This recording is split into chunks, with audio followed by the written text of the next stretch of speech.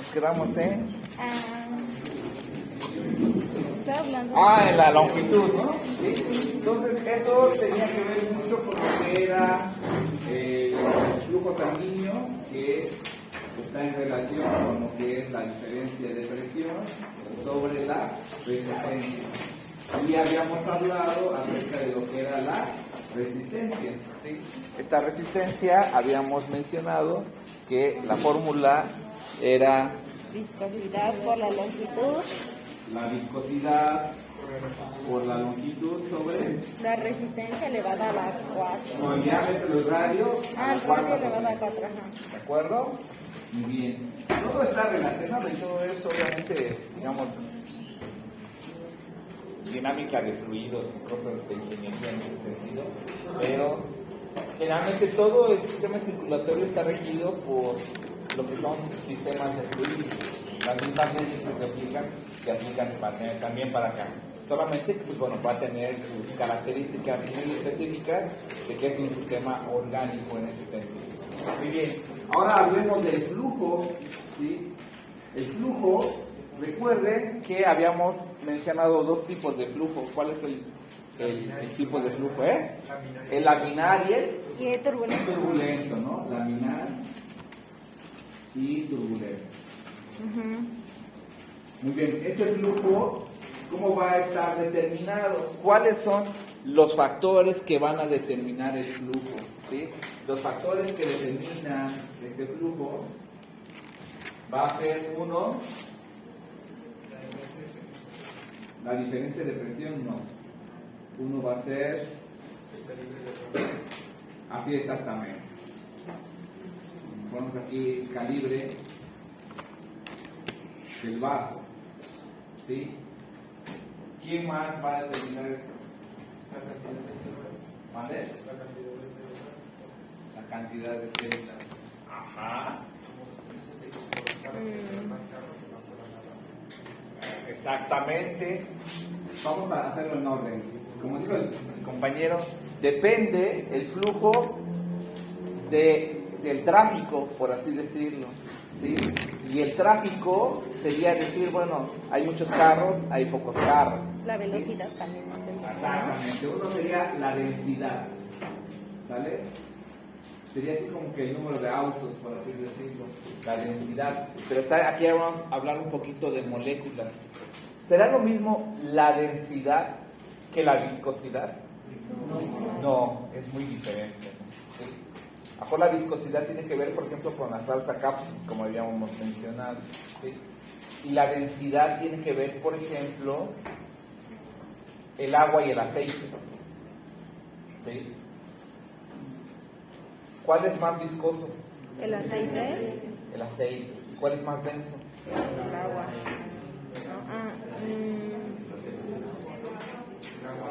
El aceite. Cuando ustedes hacen esas velitas artesanales donde agarras un vaso y le echas agua y luego le echas aceite y pones una mechita arriba, ¿sí? ¿Quién se queda arriba y quién se queda abajo? El aceite queda arriba. ¿Quién está arriba?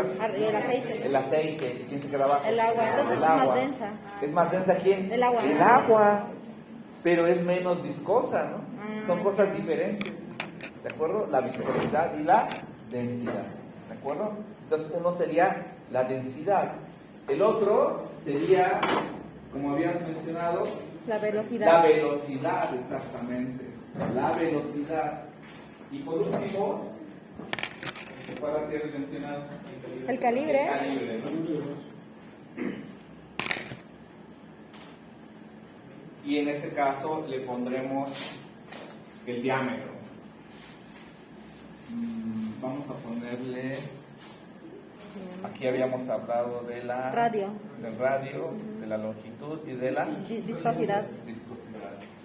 Entonces aquí ponemos diámetro, son 2 Ds, esta la vamos a cambiar por, haga una D chiquita, densidad y diámetro.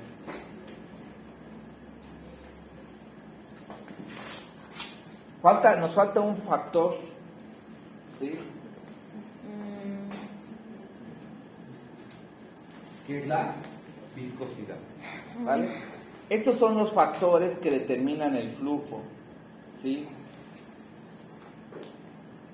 Y ya vimos de aquí cómo está organizado matemáticamente. Los que están arriba los van a determinar de forma directamente proporcional, ¿sí? Y lo que está abajo lo va a determinar de forma indirectamente proporcional. Esta fórmula nos da un valor que se va a llamar número de Reynolds. Número de Reynolds. ¿De acuerdo? Si el número de Reynolds es bajo, sobre todo menor a 2000, generalmente tenemos mayor probabilidad de flujo laminar. ¿Sí? Menor a 2000, si el número de Reynolds es menor a 2000, tenemos mayor probabilidad de que el flujo sea laminar. En caso contrario, cuando es mayor a 2000, tenemos menor probabilidad de que sea flujo laminar y obviamente mayor probabilidad de que sea un flujo turbulento. De tal manera que cuando está por arriba de los 3000, esto ya se transforma en flujo turbulento.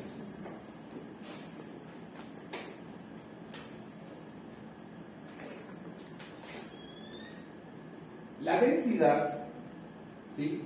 Si aumenta la densidad de líquido, va a aumentar ¿qué? El flujo, va a aumentar el número de Reynolds, porque son directamente proporcionales. Aumenta aquí, aumenta el flujo. Entonces, a mayor densidad, mayor probabilidad de flujo turbulento. Velocidad, a mayor velocidad, mayor número de Reynolds y obviamente a mayor velocidad, mayor probabilidad de flujo turbulento. A mayor diámetro, obviamente, también mayor probabilidad de flujo turbulento. Y ahora la viscosidad. La viscosidad, si esta aumenta, disminuye el número de Reynolds porque es inversamente proporcional. A mayor viscosidad, mayor probabilidad de flujo laminar. Probabilidad de flujo turbulento. A menor viscosidad, mayor número de Reynolds y mayor probabilidad de flujo. A ver, pero. Sí, y mayor probabilidad de flujo laminar. ¿Sí? Entonces, si hay más viscosidad, hay menos probabilidad de que sea un flujo turbulento. Exactamente. Más de que sea un flujo laminar. Si está la sangre menos viscosa, entonces menor probabilidad de un flujo turbulento. De flujo laminar. O sea, será un flujo turbulento. ¿Sí? Fácil. Si la sangre está viscosa, si es muy viscosa, como salsa cápsula, generalmente va a ser fácil que vaya ordenada. Entonces será flujo laminar. Si no estás viscosa, si está muy diluido, mayor probabilidad de que vaya desordenado. Sí, exactamente. Por ejemplo, cuando el paciente, creo que habíamos puesto el ejemplo, ¿no? Cuando el paciente tiene una anemia, ¿sí? Tiene una anemia severa y a lo mejor tiene 2 gramos de hemoglobina, pues está completamente diluido, tiene una viscosidad muy baja, ¿sí? ¿Cómo va a ir esa sangre? Desordenada.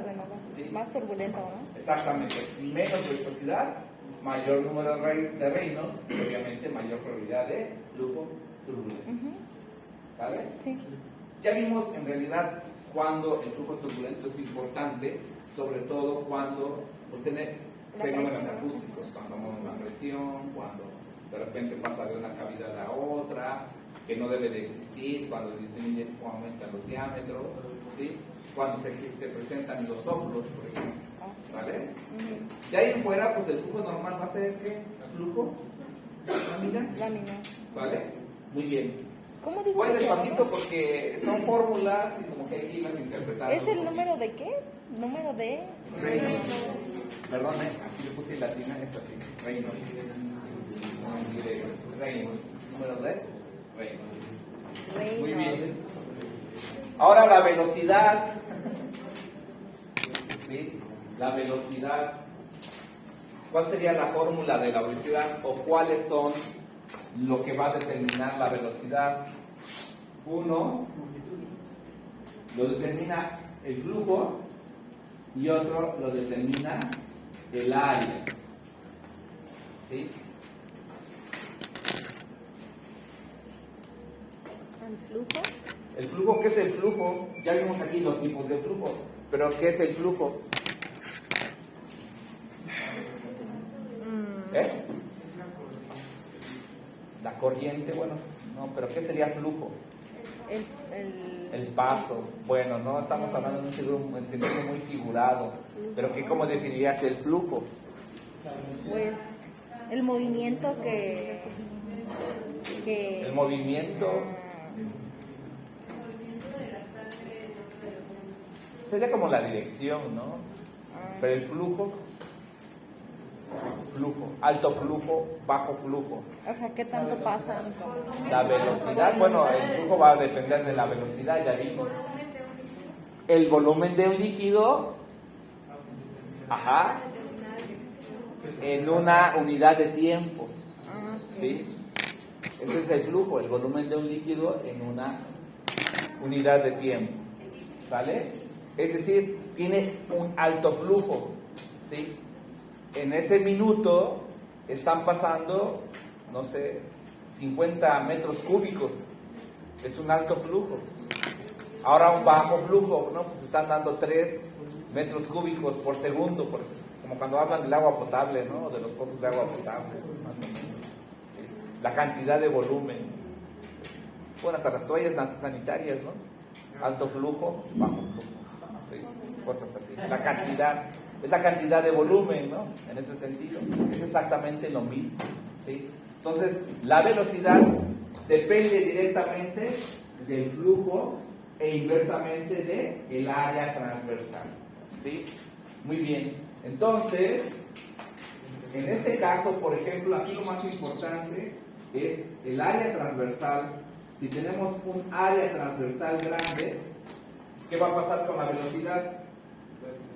Disminuye la velocidad. Si tenemos un área transversal pequeña, aumenta la velocidad. Aumenta la velocidad. Y ya les había dado una tablita de cuáles son las áreas transversales. ¿Dónde está la transversal más pequeña? Ahí está, página 84. La más pequeña. ¿Eh? No, el área transversal más pequeña, ¿cuál era? No, en la aorta, ¿sí? 4.5 centímetros cuadrados.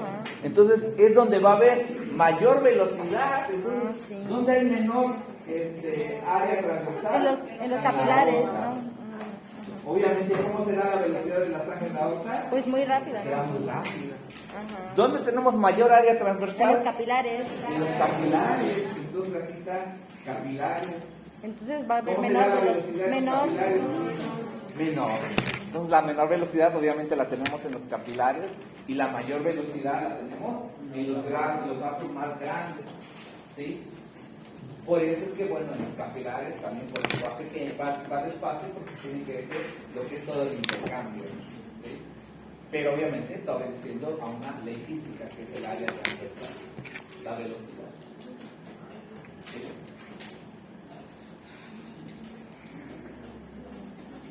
Esto viene del segundo parcial. No, ya no está tan bonita. Pero hasta ahí le vamos a dejar fórmulas más feas. Y hay un montón de fórmulas, hay un montón de circulación, pero no vamos a entrar mucho en eso. Vamos a ver las cosas más rápidas. ¿Vale? Muy bien. ¿Hasta ahí alguna pregunta? No. ¿No? Muy bien. Ok, todo esto está haciendo que circule la sangre. La sangre está circulando. Y un parámetro importante para eso, si habíamos hablado de que la función cardíaca, ¿cómo evaluábamos? ¿Qué tanto estaba funcionando como? La frecuencia, el gasto cardíaco. Por el gasto cardíaco, ¿no? Y ya vimos todos los determinantes del gasto cardíaco: volumen latido, precarga, poscarga, contractilidad y frecuencia cardíaca, ¿no? Ok, y en el sistema circulatorio, ¿cuál va a ser el principal parámetro para decir que está funcionando el sistema circulatorio? La presión, obviamente, la presión. Tendrá que ser la presión arterial o tensión arterial, que ya vimos que va a tener una fase sistólica y una fase diastólica. ¿De acuerdo? Muy bien. ¿Por qué? Porque es un ciclo donde de repente el corazón está aventando sangre y se alcanza cierta presión, será la presión sistólica, y cuando la sangre está avanzando, pero ya sin el impulso activo en ese momento, sino con lo que quedó, ¿sí? Y por otros mecanismos, ¿sí? Que sería la presión diastólica, pero sigue con presión y sigue avanzando. Entonces tenemos ahí dos componentes, sistólico y diastólico. Y vimos que la presión arterial va a depender de dos factores. Uno era las resistencias vasculares periféricas y otro va a ser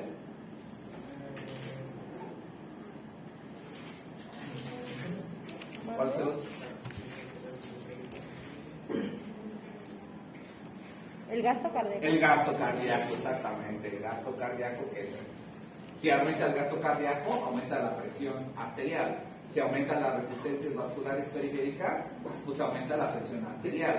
Si el gasto cardíaco disminuye para que esto se siga manteniendo constante, pues tendrá que, si este disminuyó, ahora el otro aumenta. Y esa es la relación matemática, ¿no? ¿Dónde vimos que está el principal sitio de resistencias vasculares periféricas? En las venas, en los vénulos, ¿no? Ah, no. En las arteriolas son los principales vasos de resistencia. Ya vimos que pequeños cambios, porque ya vimos que tiene una relación cuadrática, ¿sí? Nos causan diferencias significativas en las resistencias, ¿sale? Entonces es un mecanismo muy efectivo para regular lo que es la presión arterial, ¿sí? Muy bien. Ahora,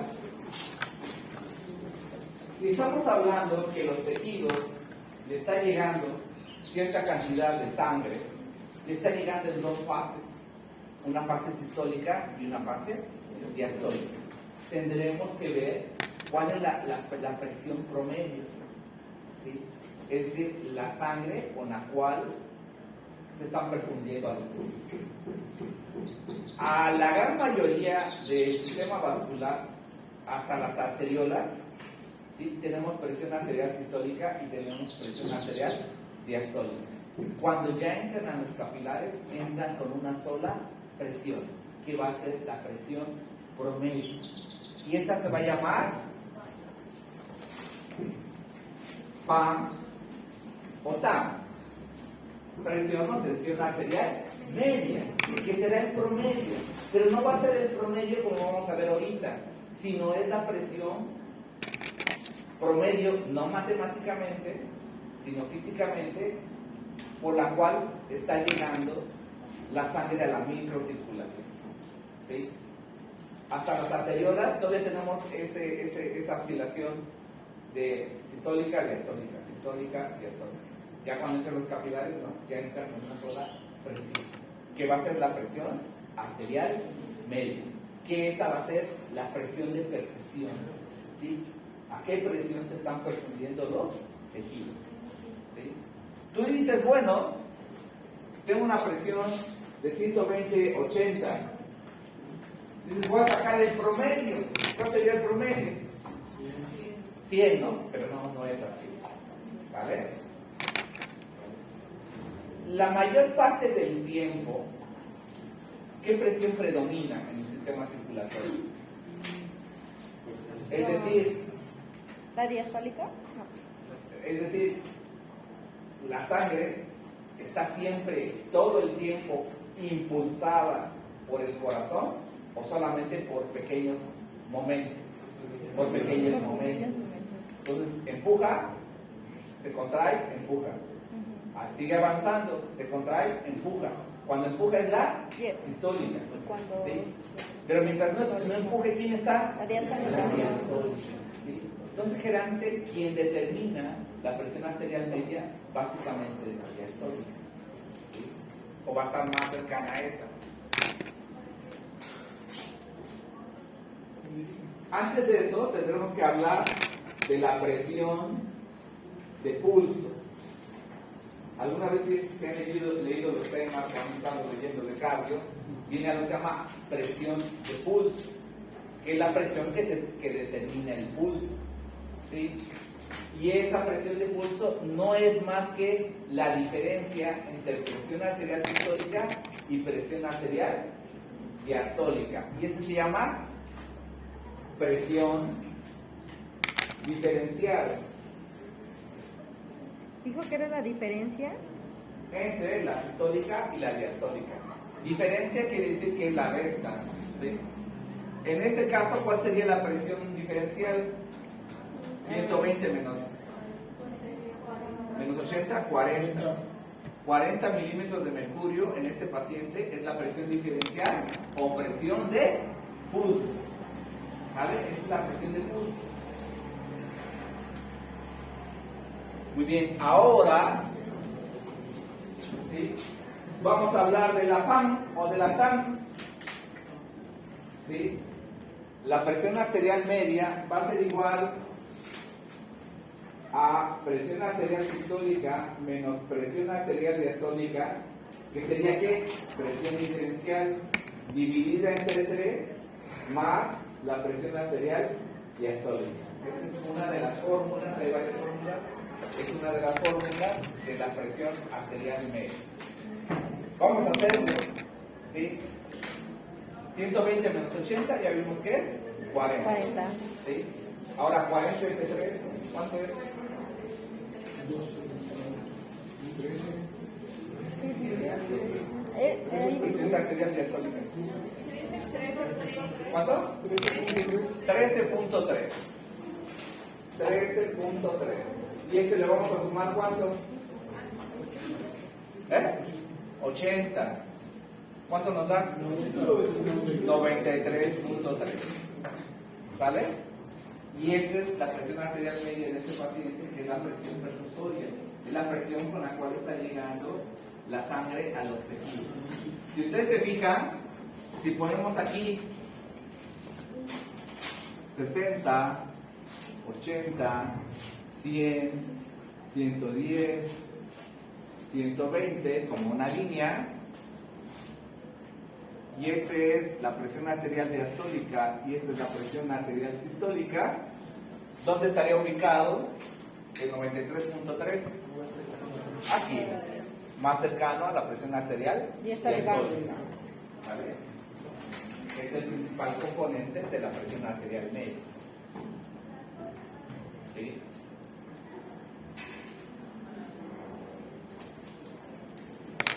¿Por qué será importante la presión arterial media? Pues, como nos dijo que era para saber la función perfusoria. Exactamente. Pues para saber que están bien perfundidos los órganos. Generalmente, la presión perfusoria, cuando dices, bueno, lo mínimo que tiene que ser, debe ser mayor a 65 milímetros de mercurio. Si estás por abajo de 65 milímetros de mercurio, quiere decir que hay un fallo circulatorio, que no se está perfundiendo adecuadamente los tejidos. ¿Vale? Menor a 6, ¿qué? A 65 milímetros de mercurio. Si está por abajo de 65 milímetros de mercurio, quiere decir que los tejidos no se están perfundiendo adecuadamente, que tenemos una falla circulatoria.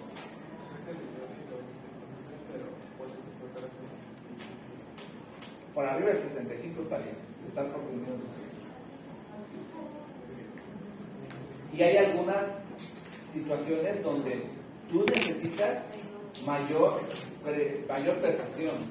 Cuando un tejido está sufriendo, necesitas aumentar la presión de perfusión media, como por ejemplo un paciente que tenga sepsis, necesita una infección sistémica donde hay fallo circulatorio, tienes metas de tratamiento donde debes tener una presión arterial media pues más de los 65 milímetros de mercurio. Incluso pacientes, por ejemplo, que tienen traumatismo craneoencefálico, debes de mantener una presión arterial media por arriba de 90 milímetros de mercurio para asegurarnos que ese cerebro que está sufriendo pues esté perfectamente perfundido. ¿Vale? ¿Alguna pregunta acerca del concepto de presión arterial media? ¿No? Bueno, así dejamos el día de hoy. Ya nada más hablaremos un poco de choque, del estado de choque. Y hasta ahí terminamos la simulación. Mañana que es jueves. El examen quedamos que el lunes, ¿no? El lunes hacemos examen y yo creo que ya iniciamos con sistema respiratorio. No, nada más corazón les había dicho.